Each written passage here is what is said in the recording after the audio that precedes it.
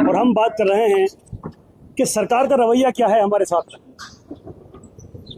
कि सरकार ने लगातार 3 दिन के अंदर ये कहा कि अतिक्रमण है। क्या सरकार के अफसरों को, और मैं खासतौर से अपने मीडिया साथियों से कहना चाहता हूं कि आप में से भी किसी को अतिक्रमण और अनाधिकृत के अंदर फर्क महसूस नहीं हुआ किसी भी शख्स को कि अतिक्रमण किसे कहते हैं और अनाधिकृत किसे कहते हैं? जो प्लॉट हमारा परचेज किया हुआ है, जिसका चार्जेस जेडीए के अंदर जमा है, क्या वो अतिक्रमण की श्रेणी के अंदर आता है? 45 साल से 48 साल से जहां नमाज हो रही है, जो प्लॉट परचेज किया हुआ है, वक्फ बोर्ड के अंदर वो रजिस्टर्ड है, वक्फ ट्रिब्यूनल के अंदर एक सूट फाइल है। सरकार को ऐसा क्या डर था कि सरकार ने तामील होने के बाद में उसको अगली सुबह ही इसको तोड़ दिया? क्यों सरकार ने कोर्ट के आदेश का इंतजार नहीं किया? सरकार जानती थी इस बात को, सरकार जानती थी इस बात को कि कोर्ट का आदेश हमारे हक में आएगा, क्योंकि हम राइट वे पे थे, हमारा वो प्लॉट परचेज किया हुआ था, लेकिन आपने कोई मौका नहीं दिया। जब आपको मालूम है कि तामील हो चुकी है, वक्फ ट्रिब्यूनल के अंदर सूट पेंडिंग है, 10 तारीख उसके अंदर दी हुई है, फिर भी आपने उस तारीख का इंतजार नहीं किया। क्या चांदपुर और छोटी चौपड़ से ज्यादा ट्रैफिक है वहां पर? लेकिन आपने टारगेटेड किया, आपको वहां से मस्जिद हटानी थी। या आपका जो इंटेंशन है, इस इंटेंशन से हमें तकलीफ है।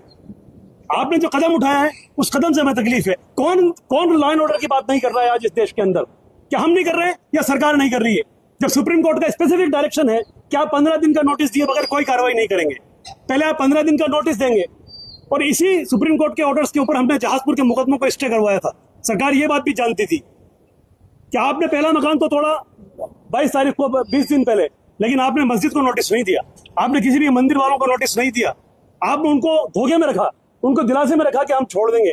भोले भाले लोग, कम पढ़े लिखे लोग ये समझते रहे कि आप मस्जिद को छोड़ देंगे, और आप उनसे बातचीत करते रहे कि आप कर लीजिए। जब उन्होंने ये प्रपोजल भी दे दिया कि हम 20 फुट छोड़ दी जाएंगे, आप इसको 60 फुट कर लीजिए, तब भी आप बात नहीं माने। और फ्राइडे की शाम को आपको मालूम है कि सैटरडे और संडे छुट्टी है, फ्राइडे की शाम को नोटिस दिया है, और नोटिस में ये लिखा है कि आप अपना सामान निकाल लें और आगे जवाब दे दें। डेमोलिशन का नोटिस वो फिर भी नहीं है। सरकार जब धोखाधड़ी करे तो किससे आप उम्मीद करते हैं कि कौन ईमानदारी से कार्रवाई करेगा? पास में सब कुछ था, क्या जल्दी थी ऐसी? कोर्ट का ऑर्डर आया था, 10 दिन बाद में ऑर्डर आया था, आप 10 दिन बाद में कर लेते। सरकार जब नेशनल हाईवे और सड़कों के लिए समय लेती है तो बाकायदा मुआवजा देती है, नोटिस जारी होते हैं, उनसे बात की जाती है, कंपनसेट किया जाता है। क्या अब हम 16वीं सदी के अंदर तो हम चीन रहे हैं। हम ये भी कर सकते थे कि वहां से रोड भी निकल सकती थी और मस्जिद भी बाकी रह सकती थी, हम उसको हाइट पे ले सकते थे, वहां पिलर्स बना के मस्जिद ऊपर कायम हो सकती थी। अब देखिए फॉरेन कंट्रीज के अंदर सड़कें हाईवे के नीचे होकर निकलती है, अंडरपास से निकलती है, ऊपर से निकलती है, लेकिन लोगों के जज्बात को मेंटेन रखा जाता है, उनके जज्बात से खेला नहीं जाता। सरकार मजबूर कर रही है लोगों को, जनता को मजबूर कर रही है, प्रवोक कर रही है एक तरह से सरकार। हम ये आपके माध्यम से कहना चाहते हैं कि हम लिटिगेशन में जाएंगे। हमने संडे की शाम को चीफ जस्टिस ऑफ राजस्थान को हमने एक ईमेल भेजा, और ईमेल से हमने कहा कि आप सुमोटो नोटिस ले लीजिए, क्योंकि हाईकोर्ट सुमोटो नोटिस लेता आया है आज तक, लेकिन वो टाइम इतना कम था कि हाईकोर्ट भी नोटिस नहीं ले पाई, और वो मौका ही नहीं दिया, कोई कानूनी कार्रवाई करने का मौका नहीं दिया। ये तरीका सरकार का बिल्कुल गैर कानूनी तरीका है, दादागिरी का तरीका है, और कॉन्स्टिट्यूशन के खिलाफ तरीका है। हम उम्मीद करते हैं कि आप हमारी बात को आगे तक पहुंचाएंगे। हम आपसे ये भी बात भी कहना चाहते हैं कि हम इस अपने हक की लड़ाई को आखिरी इम्तिहान तक हम लड़ेंगे, हम ये कोशिश करेंगे, हम ये लिटिगेशन में जाएंगे कि साहब ये हमारा परचेस किया हुआ प्लॉट है, आप हमें यहाँ पे जगह दीजिए, हमारी मस्जिद को कायम कीजिए, सड़क निकालिए, कौन मना करता है आपसे? निकाल लीजिए सड़क, हमें परमिशन दीजिए कि हम इसको हाइट पे लेके मस्जिद आएंगे, हमारी मस्जिद वही बनेगी। हम नेशनल इंटरेस्ट के अंदर भी तैयार है, लेकिन आप आइए, तैयार तो होइए, कोई कानूनी तरीका तो अपनाइए, दादागिरी का तरीका तो छोड़िए, जुल्म करने का तरीका तो छोड़िए। आपने वहां से एक मंदिर हटाया, आज के अखबार के अंदर न्यूज है कि इस मंदिर को पीपल के पेड़ के नीचे वहीं स्थापित कर दिया गया, लेकिन आपने मस्जिद को कहीं और स्थापित करने की नहीं सोचा, क्योंकि टारगेटेड बेस है, मस्जिद आपको हटानी है वहां से। ये सरकार का तरीका बिल्कुल गैर कानूनी है। हम आखिरी वक्त तक लड़ेंगे, आखिरी जगह तक हम लड़ते हुए जाएंगे, अपने हक के लिए लड़ेंगे और पूरी बात करेंगे। Thank you. 30 फुट की सड़क पे कोई ट्रैफिक जाम नहीं है, 30 फुट की सड़क के ऊपर ट्रैफिक जाम नहीं है, और जब हटाने वहां पहुंचे तो आज भी मैं आपको दावे के साथ कहता हूं कि आज भी उसका जो स्टार्टिंग हिस्सा है सड़क का वो 30 फुट से ज्यादा नहीं है। वो क्यों नहीं कर पा रहे उसको? क्योंकि उसको नोटिस दिया, पहले वो लेके बैठ गए, आपने हमें नोटिस नहीं दिया। नोटिस दिया फ्राइडे रात को, इससे इनका इंटेंशन दिखता है। फ्राइडे रात को 9 बजे आप नोटिस देते हो, इसका मतलब आप हमें न्याय के दरवाजे भी नहीं खटखटाना देना चाहते। आप जुल्म कर रहे हो, और जुल्म की कार्रवाई के तहत आपने इसको वहां से पूरे उसको मस्जिद को शहीद कर दिया। आप न्यायालय में हम चले गए, हमें रिलीफ का मौका देते, हम कोर्ट में हमारी बात सुनती, हमने जेडीओ को डेवलपमेंट चार्जेस जमा कराए हैं, और उस वक्त जमा कराए जब आपका सेक्टर प्लान एग्जिस्टेंस में नहीं था। तो जब आपने सेक्टर प्लान एग्जिस्टेंस में लेके आए तो आपको पहले सॉल्यूशन करना चाहिए था। और धार्मिक स्थानों के साथ ये बात नहीं होती है।